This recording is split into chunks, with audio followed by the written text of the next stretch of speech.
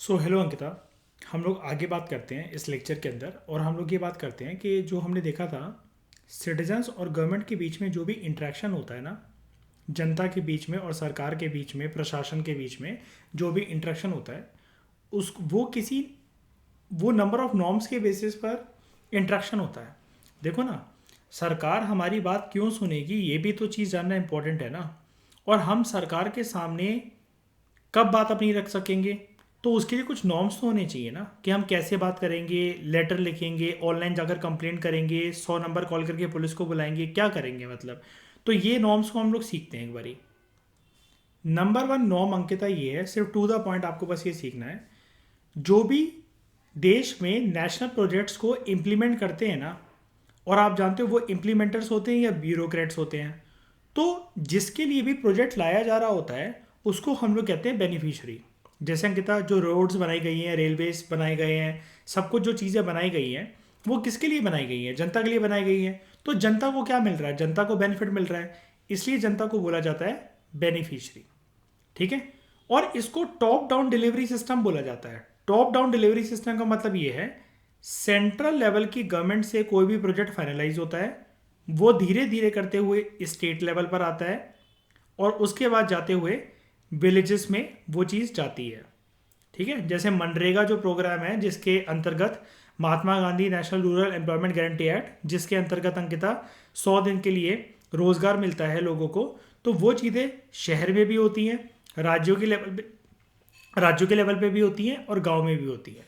ठीक है। ये हो गया पहला नॉर्म, बेनिफिशरी। दूसरा है नॉर्म, ये देखना ध्यान से, सेल्फ हेल्प एक्शन। इसमें सिंपल सा बस आपको इतनी ही बात समझनी है अंकिता कि सरकारी जो प्रोग्राम्स होते हैं ना, या कोई भी स्कीम है सरकार की, कुछ भी चीज़ है, तो सरकार ये चीज़ इम्प्रूव करने का ट्राई करती है कि कैसे जो गरीब जनता है उसकी सर्वाइवल कैपेसिटी को इम्प्रूव करा जाए।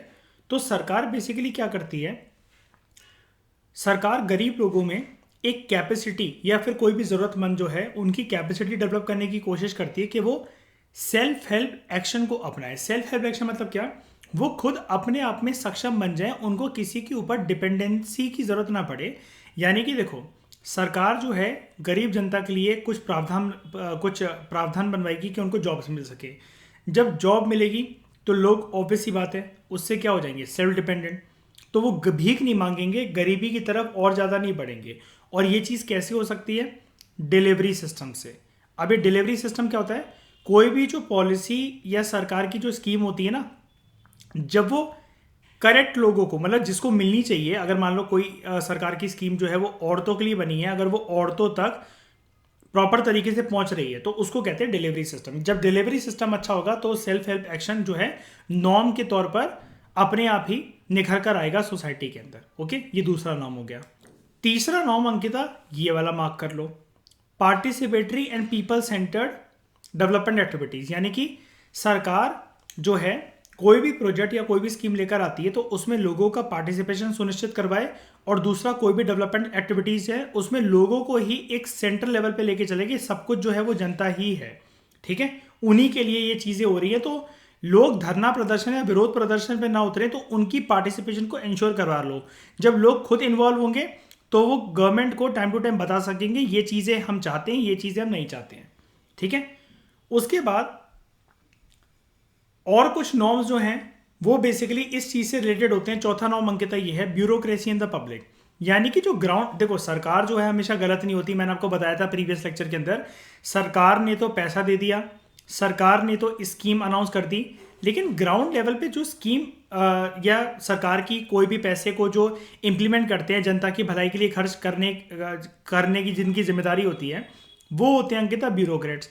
अब ब्यूरोक्रेट्स ही अपनी जिम्मेदारी को अगर ठीक तरीके से नहीं संभाले, या फिर वो अच्छी तरीके से स्कीम्स को अगर इम्प्लीमेंट ना करे, पैसा बीच में खा जाए, तो हम सरकार को गाली देंगे। तो यहाँ पर ब्यूरोक्रेट्स और पब्लिक के बीच में जो रिलेशन है ना, ये भी अच्छे होने चाहिए। ठीक है। और इसके अलावा कुछ जो नॉर्म्स हैं वही हैं।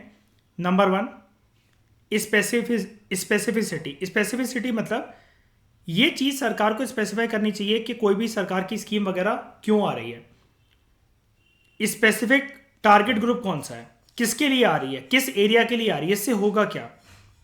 यूनिवर्सलिज्म। यूनिवर्सलिज्म का मतलब ये है उस स्कीम का लाभ सबको मिलना चाहिए। सड़कें जो हैं वो सबके लिए हैं, यहाँ पे लिखा भी हुआ है, देखो एक एक को हम एक्सप्लेन कर लेते हैं। स्पेसिफिसिटी का मतलब ये होता है, यहाँ से छोड़ो, यहाँ से ये ना अंग्रेजी इसकी बेकार है, टफ है, अच्छे से समझा नहीं रखा है। दूसरा है यूनिवर्सलिज्म, जिसके बारे में हम बात कर रहे थे कि सबको वो चीज़ों का फ़ायदा मिलना चाहिए। यहाँ पर यूनिवर्सलिज्म का मतलब दुनियादारी नहीं है, यानी कि अगर कोई भी चीज़ एक जनकपुरी के लेवल पर आई है, कोई स्ट्रीट लाइटिंग लगी है, कोई सड़कें बनी है, तो उसका फ़ायदा जनकपुरी के सारे लोगों को मिलना चाहिए, ये है यूनिवर्सलिज्म। उसके बाद अगला नॉर्म है अफेक्टिव न्यूट्रलिटी। देखो हम लोगों ने अंकिता साइकोलॉजी में पढ़ा था, अफेक्टिव वर्ड का मतलब होता है, जो ये वर्ड होता है ना अफेक्टिव, इसका मतलब होता है कोई भी ऐसा शब्द जो कि जुड़ा हो इमोशंस के साथ। यानी कि जो अधिकारी हैं उनको एक अनबाइस्ड एटीट्यूड रखना चाहिए जनता के लिए। ऐसा नहीं है कि जनता के लिए आप कुछ काम कर रहे हो तो आप उनको गिनवाने लगो कि तुम्हारे लिए कर तो रहे ना, अगर नहीं करते तो तुम ये सड़कें वगैरह या अच्छी स्ट्रीट लाइटिंग कहाँ से प्राप्त कर लेते। तो उनको ऐसा मत दिखाओ कि एहसान कर रहे हो आप उनके ऊपर। और ऐसा भी मत करो कि अगर आप एक मान लो कि हिंदू लीडर हो तो सिर्फ आप हिंदू जनसंख्या को ही लाभ पहुंचाओगे, मुसलमानों को साइडलाइन कर दोगे। इस स्कीम का फायदा और या फिर जो सरकार की कोई भी पॉलिसी है उनका फायदा हर किसी को मिलना चाहिए, irrespective of caste, colour, creed, sex, gender, region etcetera. ये हैं कुछ नॉर्म्स, ठीक है, जो कि हमने यहाँ पर पढ़े। ज़्यादा इंपॉर्टेंट नहीं था लेकिन फिर भी इतने नॉर्म्स काफ़ी हैं, ठीक है। बस उतने, हाँ उतने ही नॉर्म अंकिता काफ़ी हैं। हाँ एक दो को और देख सकते हो, एक जैसे ये है मैनर। मैनर बेसिकली देखो क्या है, ये जो हम प्रॉपर जो मैनर्स होते हैं ना हमारे, उसी की बात यहाँ पर हो रही है। मैनर मतलब देखो सरकारी अधिकारी को ना जनता से बात करने का एक प्रॉपर बिहेवियर अपनाना चाहिए। बिहेवियर ट्रांजैक्शन का मतलब ये होता है अंकिता, जब आपका व्यवहार, आपका रवैया अच्छा रहेगा, जनता आपसे डरेगी नहीं, तो इंटरेक्शन जो होगा वो भी फ्रूटफुल होगा। मानते हो क्या आप इस बात को? यार हमें किसी नेता के पास कोई बात करनी है, अगर वो हमें बिल्कुल दोस्त की तरह बिठाकर हमसे पूछ रहा है कि हाँ भाई बताओ मैं आपके लिए ही हूँ, मैं जनता का ही नौकर हूँ, तो हमें थोड़ा सा भरोसा मिल जाएगा। लेकिन अगर वो अकड़ दिखाने लगे कि नहीं आप उससे मिल नहीं सकते, ये नहीं कर सकते, तुम्हारी हिम्मत कैसे हुई है कंप्लेंट मेरे पास लाने की, फिर काहे के लिए जनता की पॉलिसी पे जनता का नौकर वो बनकर बैठा हुआ है। उसके बाद प्रोसीजर्स एक दूसरा नॉर्म है। प्रोसीजर भी इंपॉर्टेंट होता है कि आप क्या प्रोसीजर फॉलो कर रहे हो। अब इसको मैं आपको बताता हूँ। ये प्रोसीजर जो है ना वो एडमिनिस्ट्रेटिव प्रोसेसेस के लिए बोला हुआ है। इसका मतलब क्या है अंकिता, हमें एक प्रोसीजर जो है ना वो एक लिमिटेड टाइम के अंदर फॉलो करना होता है। इसका मतलब क्या है, मान लो एग्जांपल, कहीं से कोई एक हाईवे निकल रहा है या कहीं से कोई एक एक्सप्रेसवे निकल रहा है। अब चलो जनता को भरोसा दिला दिया गया कि इसके बाद ये इस एक्सप्रेसवे के बनने के बाद जो ट्रैफिक है वो इस एरिया से कम हो जाएगा। अब ऐसा भी नहीं होना चाहिए कि वो जो एक्सप्रेसवे है वो 5 से 15 साल तक बनते ही चला जा रहा है, कंप्लीट होने का नाम ही नहीं ले रहा।